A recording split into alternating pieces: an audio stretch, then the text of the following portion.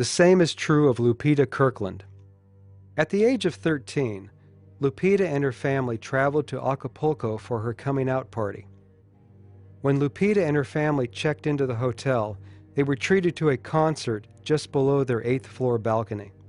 One of Lupita's sisters recommended that they run to the lobby and watch. Lupita did just that. But unbeknownst to her, someone had closed the sliding glass door going back into the room. Lupita ran through the door, which shattered into sharp shards and covered her with 1,000 cuts. I saw a lot of blood, like somebody pouring full host, full of blood all over the place. And so my dad grabbed me and he put me in the bed and he wrapped a blouse to compress on my wound. And so he asked me to, because I have wounds all over my veins, he asked me just to hold them so I could cover the wounds here in my arms. And I realized that I was gonna die. So I told my dad that I'm going to die today.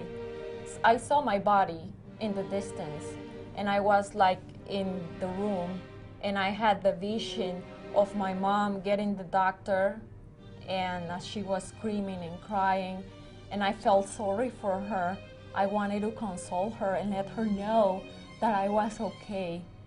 Even though I was afraid at the first moment when I was detached from my body, an overwhelming sense of peace came all over me, and I knew I was okay, that I was going back home, and I wanted to share that with my parents, that I was okay, but I couldn't talk to them anymore, and I saw my dead body just laying there, and the doctor came, and I remember him saying, "Oh my God, she's not gonna make it."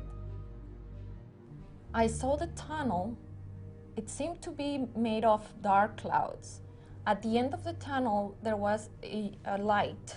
At the end of that light, I saw the image of what I believe is Virgin Mary, and I was reviewing my life with her, and we spoke about my mission in life.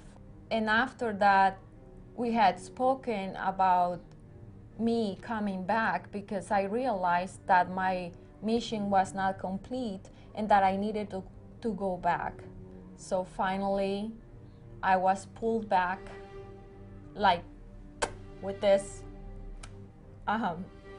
reaction, and I felt how my soul entered into my body, like it was strong, and I was feeling how the doctor was performing the CPR, and I remember the huge pain in my chest, and all the pain, the physical pain, came back to my body after I came back, and I was trying to get all the air I could into my lungs, like I could not have enough air. And the doctor saying, "She made it, she's back, let's start stitching." The doctor had no anesthesia, so young Lupita was forced to suffer through the painful but necessary ordeal of being sutured with no painkiller. He had to stitch 4 layers in my neck, and he started with the aorta, and it was a very painful experience in which I was literally screaming and thinking. It was a mix of feelings between not wanting this pain again, like sad for having to come back, but at the same time I was mesmerized by the whole experience. After I started to talk about my experience, I told my parents that I knew the doctor met my mom by the 3rd floor. And my mom was like in shock, like, who told you this? And I said, I saw it. And she said, no, somebody told you. No, I saw it. So they could not believe what was happening. So I said, I need to go back and thank him for what he did.